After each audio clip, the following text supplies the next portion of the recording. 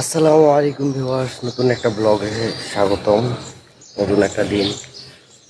এখন আমি যাচ্ছি মেরিল বিশ্ব রোড বা মেরিল বাইপাস বলে একটা জায়গায়। আর এখন আছি বর্তমানে পাবনাতে। আজকে আমার টার্গেট পাবনাটা ঘুরবো শহরটা, তারপরে এখান থেকে ঈশ্বরদী যাবো। ঈশ্বরদী ঘুরে আবার পাবনাতে আমার কিছু ফ্রেন্ডের কাছে আজকে আসছি, ওর কাছে ব্যাক করবো। কালকে নাটক যাবো। এখন দেখি কি হয় আর কি। এখন যাইতেছি জোরবাংলা মন্দির, জোরবাংলা মন্দির। ওটা হচ্ছে চলেন যাওয়া যায়।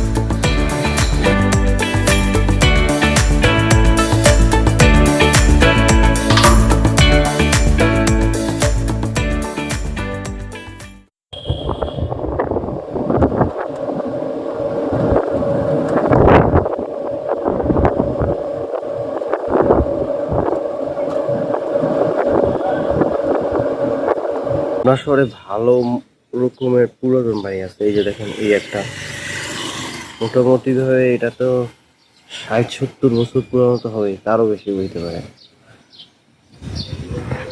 চলেন এখন তাহলে জোরবাংলার দিকে হেঁটে হেঁটে যাওয়া যাক। তো ভিউয়ার্স, এখন যাইতেছি জোরবাংলা যে মন্দির, ওটা দিয়ে। রাস্তাটা নর্মাল একটা শহর, ঢাকা শহরের যে কিছু ওরকম একটা লাগে। এখান থেকে প্রায় 700 মিটারের মতো হাঁটা লাগবে, আর মেবি 300-400 মিটারের মতো হাঁটা লাগবে। আপনার একটু শহরটা প্রায় দেখাই, দেখেন কি সুন্দর একটা বাড়ি। এমনিতে আপনার যে আবাসিক এলাকাটা অতটাও খারাপ না, শুধু রাস্তাঘাটে ভালো বেশি। এটা হচ্ছে আপনার আবাসিক এলাকা, একেবারে একটা আবাসিক এলাকা। এমনিতে ঢাকার তুলনায় এদিকে একটু গাছপালা বেশি লাগে, বাট শহর তো শহরই। এই যে ঢাকায় আমি এই টাইপের যে বাড়িগুলা, এগুলো আমি আগে দেখেছি ছোটবেলা।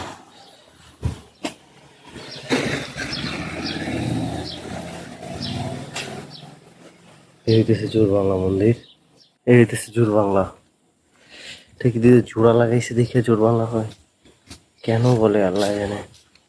আর ইন্টারেন্স কোন ঢুকে কোনখান থেকে এইটাই জোর বাংলা, দুটি চারা যুক্ত করে হয়েছে।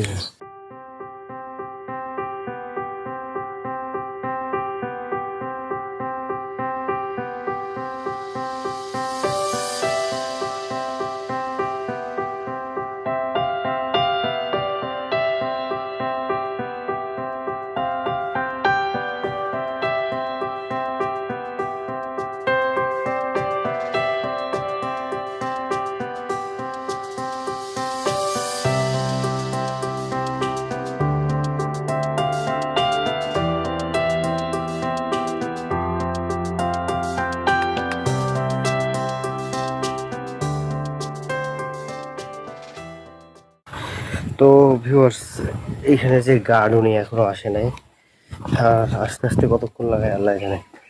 যার কারণে ভাবলাম আমি কিছু আশেপাশের সাইড দিয়েই কিছু শর্ট নিই, কারণ ভিতর দেখার মতো তেমন কিছু নাই। আর আমি যেহেতু মুসলিম, ভিতরে আমি ঢুকতে এমনিতেও পারবো না, আমার তো তাও সাইড দিয়েই যেতে হবে। তো চলেন কিছু শর্ট নিয়ে আপনাদের দেখায় চলে যাই।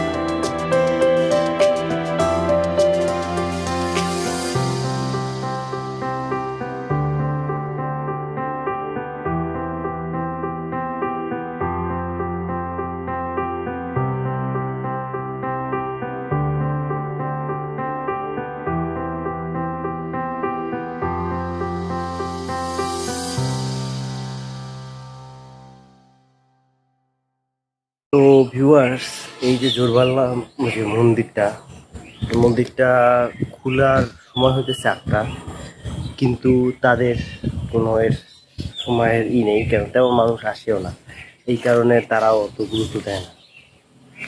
এখন এটা বন্ধই আছে। আর এইখানে যে গার্ড কোন সময় না কোন সময় আসে, তো যার কারণে আর কি আর কোনো এমনিতে এটা দেখতে খারাপ না, মোটামুটি গ্রামগঞ্জ হিসেবে সুন্দর, খারাপ না। আর এটার শুধু ক্রিয়েটিভিটি হয়েছে, এটা দুইটা মন্দির একসাথে জোড়া লাগছে, যার কারণে এটাকে জোর বাংলা মন্দির বলে। কারণ এখান থেকে এখন তারাস রাজবাড়ি আছে না, ওখানে যেতে হবে।